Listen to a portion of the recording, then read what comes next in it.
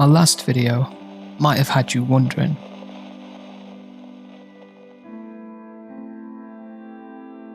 is Guo Jing okay? Is Guo Jing alive?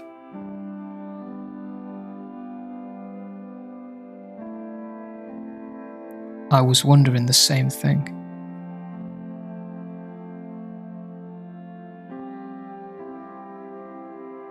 Until I contacted her myself today.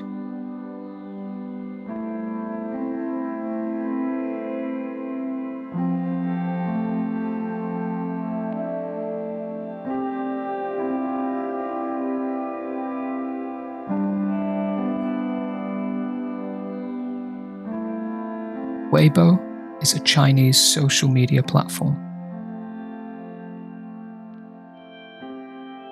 Over 445 million people use Weibo each month. It's the perfect place to raise awareness about urgent current events.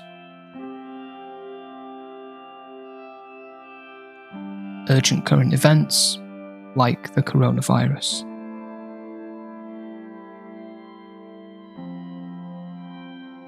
I found Guo Jing's Weibo posts.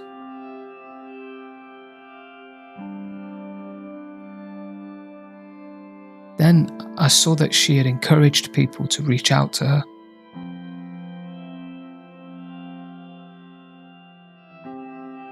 We spoke very briefly.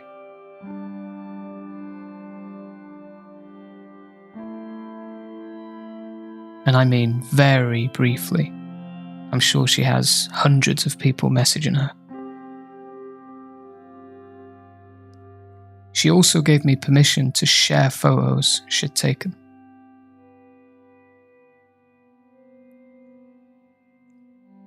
This is the continuation of Guo Jing's diary.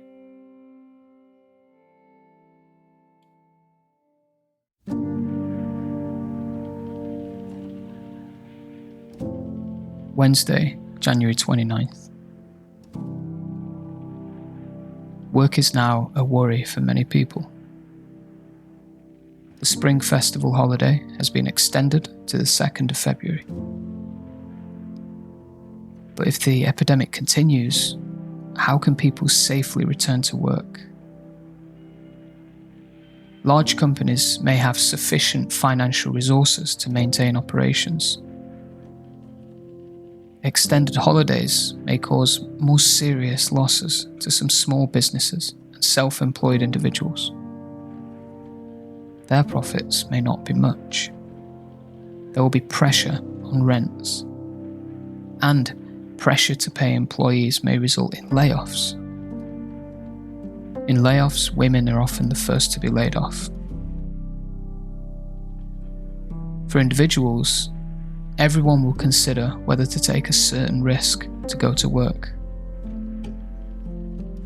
Some of them may face the pressure of mortgages, and some will take care of their families. How can we solve these problems? In the end, the state must bear these responsibilities. Reduce taxes for enterprises, and provide basic living allowances for individuals. Yesterday, I received a message from a high school friend who hasn't been in contact for years. She's now a nurse.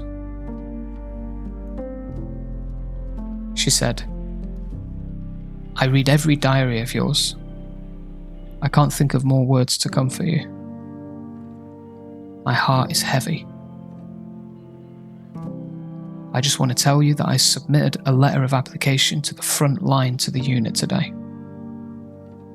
If possible, I would like to go there to fight with you. You're not alone. The footsteps of the national civilization are getting closer and closer. And there may be some places that are not perfect. But please do not forget love and hope. In my mind, you're still the thin and stubborn you. I believe you'll be able to return safely in this epidemic. P.S. I'm not thin anymore. After reading it, it moved me to tears. Yesterday's dinner was rice porridge and chicken breast fried with celery. In the evening, I continued to video chat with friends. Guangzhou's celery was more than 10 yuan a pound. And a friend in Beijing bought 5 potatoes, big and small, and spent 12 yuan. A friend started listening to detective stories to keep himself temporarily isolated from pneumonia messages. We discussed what can be done for sanitation workers.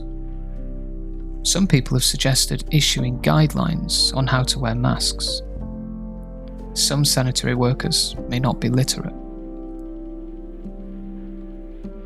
Last night, a friend sent me the contact information of the volunteer team of Wuhan Logistics Association. After having breakfast, I contacted them to see if they could help. I think I can talk to sanitation workers today. The first sanitation worker I met when I went out was Big Sister. She was going to deliver things to my son and daughter-in-law yesterday. At first, she had some precautions. She asked me what I did and what my purpose was. I said I was just a volunteer and wanted to understand and document the life of sanitation workers. She was still puzzled and asked me not to take pictures and audio recordings or to disclose my name. She's from Wuhan, speaks with an accent. Big Sister's very talkative. She's been a sanitation worker for a long time, but she has a lot to tell. She used to work as an accountant in a factory and retired at 45. The current unit no longer provides social security for her. I asked what she'd do if she was sick. She said she was fine. She has 1 day off per week. She's never taken a vacation since work. Her husband died many years ago, and she has a son. The son had a heart attack. For 1 month, it costs 8,000 yuan for medical expenses. My son's health is not good, and his choice of work is also limited. Before leaving, I left a few masks for Big Sister. She thanked me. However, I don't think I deserve her thanks. In my opinion, her story is one of social injustice and one of people's discrimination and arrogance.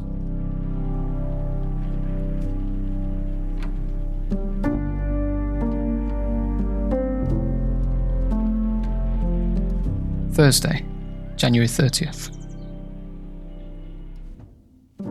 Careful life is anti-human. I'm a little tired of spending a lot of time every day doing some protective measures. When I was a child, I lived in a rural area. My attitude towards food was, I won't get sick if I don't eat. Usually if I don't go out, I won't wash my hair for several days. I've started to feel a little over-cleaned. And I haven't even mopped the floor in the past 2 days. Yesterday's dinner was fried potato eggplant with porridge. I was very tired. I didn't have much appetite. This tiredness comes more from the weakness in the bottom of my heart. When chatting with my friends at night, We all felt how luxurious it was to be able to chat like this every day. Some of my friends started exercising yesterday, and some started learning. Some say that they usually don't feel like going out, but now they want to go out every day. Because it becomes precious. They're afraid that they'll not be able to go out one day. We talked about the fact that many high school students in Henan have to repeat their studies. They're facing great pressure. Everyone is worried. The outbreak disrupted many people's plans. Some people's plans to find a job were interrupted, and some people's plans to learn to drive had to be put on hold. Everyone is still adapting to this sudden change. It's difficult to overcome the sense of weakness. Maybe what we have to do is not to overcome it, but to find a way to get along with it. Although I'm trying to get myself started, every day when I see the number of diagnoses increasing, I still inevitably feel small and weak. But I still try to do what I can. So I still have to go out. The weather is sunny today. I want to meet more sanitation workers and listen to their stories. When I met Sister Sickle, she was on her way to work to punch in. Said that I wanted to understand the situation of sanitation workers. After she punched the card, she went to pick up the tools. We talked while walking. Sister Sickle is 65 years old and has been a sanitation worker for 8 years without social security. Going to work every day at 11 o'clock, she spends half an hour walking to the place of check-in in the morning. Sister Sickle said that she was afraid to ride a bicycle on the road, fearing that she would have to pay medical bills if she bumped into someone. Her husband is disabled and has a severe hump. If she didn't work, she would have 150 yen a day deducted, and she would earn just 70 yen a day. The Yao Hua noodle shop is still open. The owner is from Nanchang and is also trapped in Wuhan. I asked if anyone had ordered takeaway. He said very few people had. I asked him, "Why are you still opening shop?" He said, with sorrow, he would fall asleep at home. I went to the supermarket and there were some green peppers, potatoes, carrots, and mushrooms left on the vegetable rack. The rice noodle rack was full. Strangely, the salt shelf was empty. In the supermarket, a man was wearing a mask and a plastic bag on his head. I went to the pharmacy and a table blocked the door. I had to tell the pharmacist what medicines I wanted. There were masks in the pharmacy.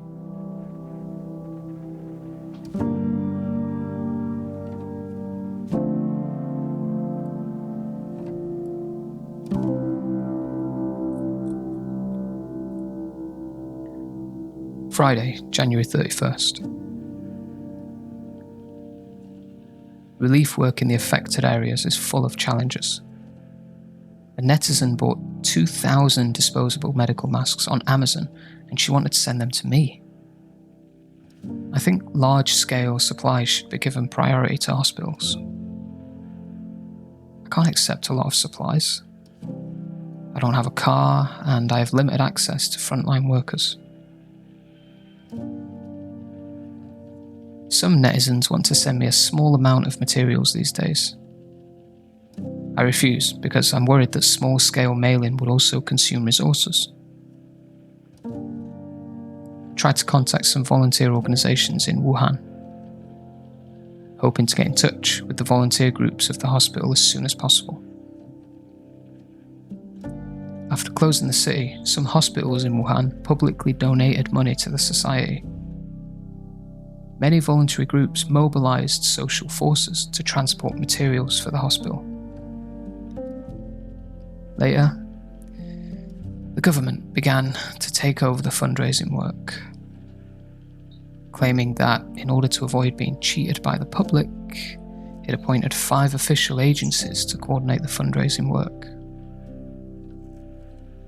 But there are more than 60 staff members assigned by Hubei Red Cross to connect with the entire hospital in Hubei. Wuhan Charity Federation received more than 500 million donations from more than 4 million people, and not 1 cent of that was spent yesterday. For medical supplies sent from overseas, customs will ask to contact the Charity Federation or the Red Cross to pass the customs. After finishing the diary entry yesterday, I suddenly wanted to learn, didn't know where the energy came from. Dinner was fried meat with garlic and gruel. After dinner, I continued to video chat with my friends. We talked about our earliest memories. Everyone seems to have stolen things as a child. Everyone now has a sense of guilt, like living in a safe place is a privilege, like it's difficult to contribute to the epidemic. I still feel guilty in Wuhan. Today's still sunny. There are more people than cars on the road. Someone was buying noodles at the entrance of Yao Hua's store.